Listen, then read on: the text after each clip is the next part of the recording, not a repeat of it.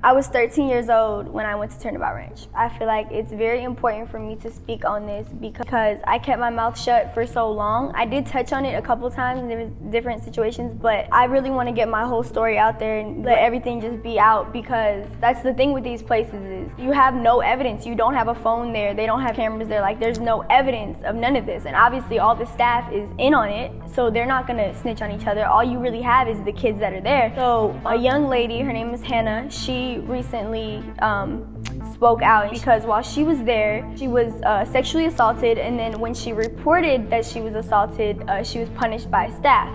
Now, when I seen the punishment she was given, I knew, like, okay, I really have to say something. Like, I really have to have her back on this because I truly believe that they did that. So, Dr. Phil, I'm going to give you from now till April 5th to issue an apology, not only to me, but to Hannah and any other child that you sent to Turnabout or any other program like this. And if you don't, I'm gonna handle things my way. Somewhere in the middle of August, I went on the Dr. Phil show, and my mom and my grandma knew they were sending me here. I didn't know I was going. I went school shopping right before because the school was supposed to start when I got home from LA from doing the show. So part of the whole Dr. Phil show is they send these kids to either Turnabout or these other programs that are also in Utah, but they're all wilderness programs and they're all fucked up. Okay, so Turnabout is in the middle of Escalante, Utah. It's a very, very, very, very small town. It's got one gas station, one grocery store. Everybody knows everybody there. You see you're in the middle of nowhere. You know there's nowhere to run. If you try to run out there, they're gonna find you, you're gonna get in more trouble, or if you do get away, you're gonna get eaten by a coyote or something. Because took in there against my will. They give you transporters. Transporters are two people, a male and a female, that come in the middle of the night. They don't tell them where they're going. They just take them, they handcuff them, they put them in the car. It's basically like kidnapping. We got there, I got out of the car, and I just seen it looked like nothing. It was just super dark. I seen like all the circles and stuff, and I seen the little cabin, and I was like, oh shit, I'm not built for this. Like, I'm just a little bougie ass. So for the first 3 days you're there, there's no showering. They put you in a circle, which is it's a teepee. It's a little teepee, but it's open, and you have to sit there for 3 days. They wouldn't let me lay down for nothing. Like, I was falling asleep and they were like, get up. So I'm just sitting here like,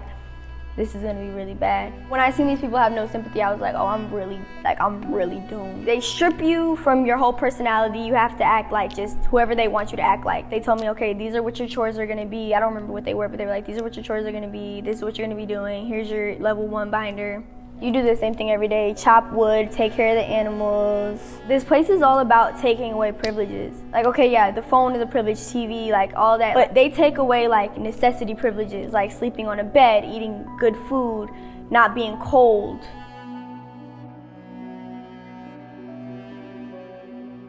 I remember the first time I got in trouble. Now, this is my first time being here. Like, I don't really, like, yeah, y'all explain to me the rules, but I'm 13. Like, I don't really know, like, exactly what I'm supposed to be doing. There's been times where I reported another student acting inappropriate or just anything like that. Didn't even have to do with me, and I would get in trouble for just witnessing it. If you reported another kid, like, getting bullied by, like, their peers or something, they would just say, well, maybe that's what they need, or, like, something like that. Even though there was written rules, if a staff was angry at the moment, or if you just did something that they felt was bad, you would get your own punishment. Like, they would make up their own punishment for you. So it's really frustrating because even if you don't know the rules, if you fuck up, you're still in trouble. There's not no I didn't know. You're still in deep shit. Shit that's minor is major to them. So if you do something like the tiniest thing, you get a check. If not, you have to be on reflection. Reflection is the punishment. When you do something so bad, or if you do anything that ticks them off, you have to go on reflection. You walk in the arena for hours on end. You sit outside in the cold on the floor. You have to pick up piles in a wheelbarrow of horse shit, and they want big piles. So if you have to do 25 piles, you're really doing like 50 wheelbarrows. So while I was there, just a lot of crazy things happened. I seen a kid get held down for trying to leave. Just honestly, I don't think he was trying to run away. I think he was just trying to like walk out the door and just like get some time to himself, and they restrained him, they held him down. They had no problem holding kids down, which is against the law. You're not supposed to touch the kids, but they had no problem doing that. It's just our word against the staff's word when you're there, because there's no witnesses, there's no cameras, you don't have a phone, there's none of that. That's why I was always so scared to speak out, because it's like no one's gonna believe me. A lot of things that like happened to me there, I was it hurt me so bad because I was genuinely like confused. I'm writing letters to my mom like, Mom, I will do anything. Like, you don't understand what this place is like. Like, you can't do this to me. Like, I will do anything. I will do therapy every day. Like, I will go through an outpatient program, all that. Like, just please let me come home. The staff when I got there was this dude, Jimmy, and this dude, Ted. These are the night staff. Two of the night staffs around me. They were really, really sweet. One morning I was cleaning up for breakfast, and one of the staff members was standing right next to me, and she had her walkie on her, so I heard everything. One of the kids, he had tried to steal a car or something. Everyone was screaming on the walkies like it was really crazy, and he ended up killing one of the staff members. They made all the kids that were at Roundy come down, and then they told us not to tell us anything. A day later, they have us all, every kid that's at Turnabout, they have us all sit in a circle, and they're like, listen, there was an incident, I know some of y'all heard it over the walkies, Jimmy died.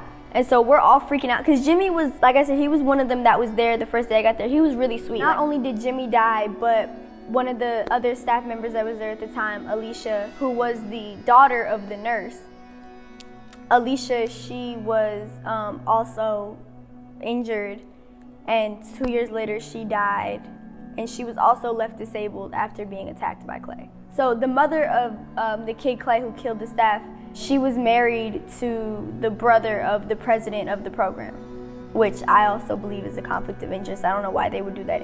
So it was really sad. Like, they wouldn't tell us what happened and all that. And any of the kids that were there, like, they couldn't talk about it, but they were like really traumatized by it. Even the ones that weren't there were traumatized by it. Like, I heard it over the walkie. Like, that's scary. Like so you got kids here that are killing people. And like I said earlier, my mom had always threatened me as like, oh, I'm sending you away, but she never did it. This was the first time she really did it. Like, I never thought my mom would do this. So what parents need to understand is if your child is acting out because of trauma, like sexual abuse, or maybe like the kid's parents got divorced, or just anything like that, you don't send your kid to a program like this.